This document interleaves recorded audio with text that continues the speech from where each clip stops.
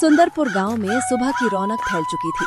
जहां एक तरफ गप्पू सेठ की बड़ी सी दुकान थी, पूरे गांव में उसके दही समोसे का डंका बजता था। कुरकुरे समोसे के ऊपर ठंडी ठंडी दही और लाल चटनी, नाम सुनते ही लोगों के मुंह में पानी आ जाता था। वहीं दूसरी तरफ बेचारे राघव का एक छोटा सा ठेला था, जिस पर वो मिर्ची पकौड़े बेचता था, लेकिन मक्खियों के अलावा वहाँ कोई नहीं भिनभिनाता था। अरे ओ कल्लू, ओ नालायक, कितनी देर लगाएगा? देख नहीं रहा सूरज सिर पर आ गया है और तू अभी तक आलू ही छील रहा है। ग्राहक आने वाले होंगे, जल्दी हाथ चला। जी सेठ जी, बस हो गया। वो आज आलू थोड़ी कम पके थे, इसलिए छीलने में देर हो गई। बहाने मत बना मुझसे। और सुन, वो दही में जादुई डिब्बी वाला मसाला मिलाया है कि नहीं? बिना उस मसाले के दही समोसे में वो बात नहीं आती जिससे लोग प्लेट चाटते रह जाएं। जी सेठ जी, वो मसाला मैंने दही में अच्छे से मिला दिया है, लेकिन सेठ जी मुझे एक बात पूछनी थी। तू फालतू में मेरा दिमाग मत खा। क्या पूछना है, जल्दी बोल। सेठ जी, वो मसाला डालते ही दही का रंग थोड़ा अजीब हो जाता है और उसमें से दवाई जैसी महक आती है। कहीं ये लोगों के लिए नुकसानदायक तो नहीं है? अरे बेवकूफ, तू नौकर है, नौकर बनकर रह। डॉक्टर बनने की कोशिश मत कर। तुझे पता है वो मसाला मुझे कितना महंगा पड़ता है? उसी की वजह से पूरा गांव मेरे दही समोसे पर टूट पड़ता है। तुझे अपनी तनख्वाह से मतलब है या लोगों की सेहत से? जी, मुझे तो तनख्वाह से मतलब है। तो चुपचाप काम कर। देख, उधर देख, उस राघव को, बेचारा मिर्ची तल रहा है, ईमानदारी का ढोल पीटता है, इसलिए भूखा मर रहा है। और मैं देख यहाँ दही समोसे बेचकर नोट छाप रहा हूँ। गप्पू सेठ की बातें सुनकर राघव का दिल टूट जाता है। वो उदास होकर अपनी ठंडी पड़ी कड़ाही को देखने लगता है। हे भगवान, सुबह से दोपहर हो गई, एक भी ग्राहक नहीं आया।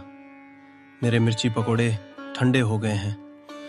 अगर आज कमाई नहीं हुई तो माँ की दवा कैसे आएगी?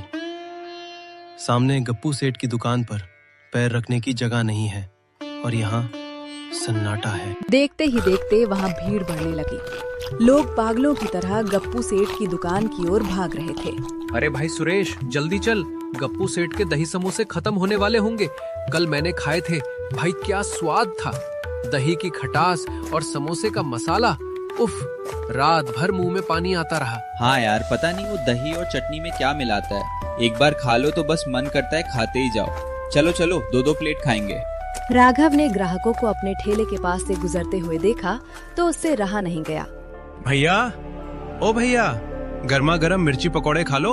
एकदम ताजी हरी मिर्च और बेसन के पकोड़े हैं, बहुत सस्ते दे रहा हूँ। तीखा और चटपटा खाने का मन नहीं है? अरे रहने दे भाई, तेरे मिर्ची पकोड़े में वो मजा कहाँ जो गप्पू सेठ के दही समोसे में है। हमें तो बस वही खाना है। ग्राहकों की बेरुखी देखकर राघव का चेहरा उतर गया। उधर गप्पू सेठ अपनी गद्दी पर बैठा ये सब देख रहा था और जोर जोर से हंसने लगा। देखा गल्लू, इसे कहते हैं जलवा। लोग जहर खाने को तैयार हैं अगर वो स्वादिष्ट हो तो। और वो बेचारा मिर्ची खिला रहा है, फिर भी कोई नहीं पूछ रहा। शाम हुई और राघव हमेशा की तरह खाली हाथ और निराश होकर घर लौटा। घर पर उसकी बूढ़ी माँ बीमार हालत में उसका इंतजार कर रही थी। बेटा राघव, आ गया तू? आजा मेरे पास बैठ। आज दुकान कैसी रही? कुछ कमाई हुई? माँ, क्या बताऊं, आज भी वही हाल था। वो गप्पू सेठ पता नहीं क्या जादू करता है, मेरे पकौड़े कोई नहीं खरीदता। माँ, मुझे लगता है मुझे ये काम छोड़ देना चाहिए। हम बर्बाद हो रहे हैं। हिम्मत मत हार मेरे बच्चे। तेरे पिताजी कहते थे कि झूठ के पाँव नहीं होते, वो ज्यादा दूर नहीं चल सकता, लेकिन सच कछुए की तरह होता है, धीरे चलता है पर जीतता वही है। पर माँ, सच से पेट नहीं भरता, घर में राशन नहीं है, तुम्हारी दवा खत्म हो गई है। सुन, मुझे एक बात याद आई। तेरे दादाजी के जमाने का एक पुराना नुस्खा है। वो बेसन के घोल में हींग, अजवाइन और एक खास मसाले की पुड़िया मिलाते थे। वो डिब्बी रसोई में ऊपर ताक पर रखी होगी, कल तू उसका इस्तेमाल करना। क्या उससे कुछ होगा माँ? कोशिश करने में क्या जाता है बेटा। जब बेसन तेल में तलेगा तो उस मसाले की खुशबू पूरे बाजार में भूख जगा देगी। तो कल वो डाल कर देख। उधर रात को गप्पू सेठ अपने घर में बैठा दिन भर की कमाई गिन रहा था। नोटों का ढेर देखकर उसकी आंखों में लालच चमक रहा था। 1000, 2000, 5000। वाह भाई वाह, आज तो गल्ला भर गया। अगर ऐसे ही चलता रहा तो अगले महीने शहर में एक और दुकान खोल लूंगा। ए जी, आप बस पैसे ही गिनते रहोगे या मेरी तरफ भी देखोगे? देखो, मेरी साड़ी कितनी पुरानी हो गई है और मुझे भूख लग रही है। दुकान से मेरे लिए दही समोसे क्यों नहीं लाए? अरे भाग्यवान, तू तो रहने ही दे। तुझे पता है ना दुकान पर कितनी भीड़ थी। सारे समोसे और दही खत्म हो गया। और वैसे भी बाहर का खाना सेहत के लिए अच्छा नहीं होता। घर का दाल चावल खा। बड़े आए सेहत वाले। पूरी दुनिया को खिलाते हो और बीवी को दाल चावल? मुझे नहीं पता। कल मुझे वो वाले समोसे चाहिए जिसमें वो खास दही डलता है। खबरदार, उस मसाले या दही का नाम भी मत लेना। वो सिर्फ ग्राहकों के लिए है। तू घर में चुपचाप रह। गप्पू सेठ ने अपने कुर्ते से चुपके से एक काले रंग की शीशी निकाली और उसे अलमारी के लॉकर में छिपा दिया। ये केमिकल ही मेरी ताकत है, लेकिन वैद्य जी ने कहा था इसका ज्यादा इस्तेमाल जानलेवा हो सकता है।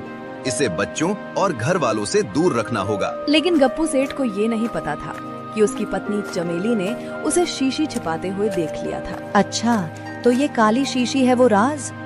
सेठ जी इसे कितना छुपा कर रखते हैं। जरूर इसमें कुछ बहुत स्वादिष्ट होगा। कल जब ये जाएंगे मैं इसे चख कर देखूंगी। अगली सुबह राघव जल्दी उठा और उसने माँ के बताए नुस्खे से पकौड़े बनाना शुरू किया। जैसे ही पकौड़े तेल में पड़े, हींग और मसालों की एक तेज और चटपटी खुशबू पूरे बाजार में फैल गई। माँ सही कहती थी, इसकी खुशबू तो कमाल की है। नाक में जाते ही भूख लग रही है। हे भगवान, आज मेरी लाज रख लेना। बाजार में आने वाले लोग उस खुशबू से खिंचे चले आने लगे। पापा पापा कितनी अच्छी और चटपटी खुशबू आ रही है, मुझे वो खाना है। हाँ बेटा, खुशबू तो वाकई बहुत दमदार है। ये तो मिर्ची पकौड़े की खुशबू है। गप्पू सेठ की दुकान से तो बस बासी दही की महक आती है, पर यहाँ तो मसाले महक रहे हैं। चलो आज पकौड़े खाते हैं। धीरे धीरे बाजार की सारी भीड़ गप्पू सेठ की दुकान छोड़कर राघव के ठेले की तरफ मुड़ गई। भाई राघव, आज पकौड़ों में क्या डाला है? पूरा बाजार महक रहा है। एक प्लेट देना। ये लीजिए, गर्मा गर्म पकौड़े। अरे वाह, ऊपर से कुरकुरा और अंदर से तीखा। ऐसा मिर्ची पकौड़ा तो मैंने आज तक नहीं खाया। भाई 100 रुपए का पैक कर दे घर के लिए। अपनी दुकान खाली देखकर गप्पू सेठ गुस्से से लाल पीला हो गया। उसे यकीन नहीं हो रहा था कि राघव ने उसे पीछे छोड़ दिया है। ये क्या हो रहा है? मेरी दुकान खाली और उस फटीचर राघव के पास भीड़। कल्लू, ये क्या तमाशा है? सेठ जी, राघव के मिर्ची पकोड़े में आज कुछ जादू है। लोग कह रहे हैं उसका स्वाद आपके दही समोसे से भी बेहतर है। पकोड़े की खुशबू ने सबको पागल कर दिया है। जादू? मैं उसका जादू अभी उतारता हूँ। मेरे होते हुए कोई और इस बाजार का राजा नहीं बन सकता। गप्पू सेठ अपनी दुकान बंद करके सीधे जंगल की ओर भागा, जहाँ एक लालची वैद्य रहता था। वैद्य जी, मेरा धंधा चौपट हो रहा है। वो मसाला अब काम नहीं कर रहा। मुझे उससे भी तेज कुछ दो, कुछ ऐसा जिससे आदमी उसे खाते ही बस मेरा गुलाम बन जाए। गप्पू, तू आग से खेल रहा है। मेरे पास एक लाल तेजाब जैसा मिश्रण है। इसकी सिर्फ 2 बूंदे दही में डालना काफी है, लेकिन याद रखना, अगर 3 बूंदे गिर गईं, तो खाने वाले की आंतें जल जाएंगी। मुझे परवाह नहीं, मुझे बस मेरा ग्राहक वापस चाहिए। लाओ वो शीशी। लालच में अंधे होकर गप्पू सेठ ने वो मौत की शीशी ले ली। अगली सुबह गप्पू सेठ दुकान जाने की जल्दी में था। उसने सोचा आज वो राघव का खेल खत्म कर देगा। आज तो मैं उस राघव की छुट्टी कर दूंगा।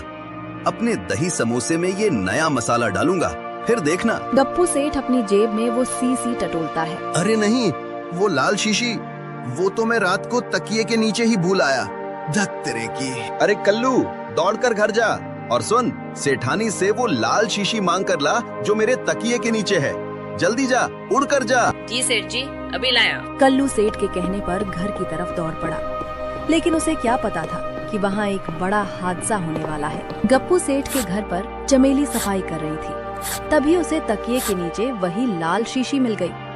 अरे वाह, ये तो वही शीशी लगती है जो सेठ जी कल लाए थे। कितनी सुंदर लाल रंग की है। जरूर इसमें वो सबसे महंगा चटपटा सॉस होगा। आज सेठ जी घर पर नहीं है, मैं इसे अपनी चटनी में डालकर पकौड़े के साथ खाती हूँ। चमेली ने बिना सोचे समझे उस जहरीली शीशी का पूरा ढक्कन खोला और चटनी में पलट दिया। आहा, अब आएगा मजा। जैसे ही चमेली ने चटनी के साथ एक बड़ा निवाला खाया, उसकी हालत बिगड़ गई। तभी कल्लू दौड़ता हुआ वहाँ पहुँचा। मालकिन, मालकिन, सेठ जी ने वो लाल शीशी मंगवाई है। बचाओ, मेरे पेट में आग लग गई। मालकिन, क्या हुआ? कल्लू, वो लाल शीशी मैंने चटनी में डाल दी। सोचा सॉस है, ये तो आग है, मुझे बचा ले।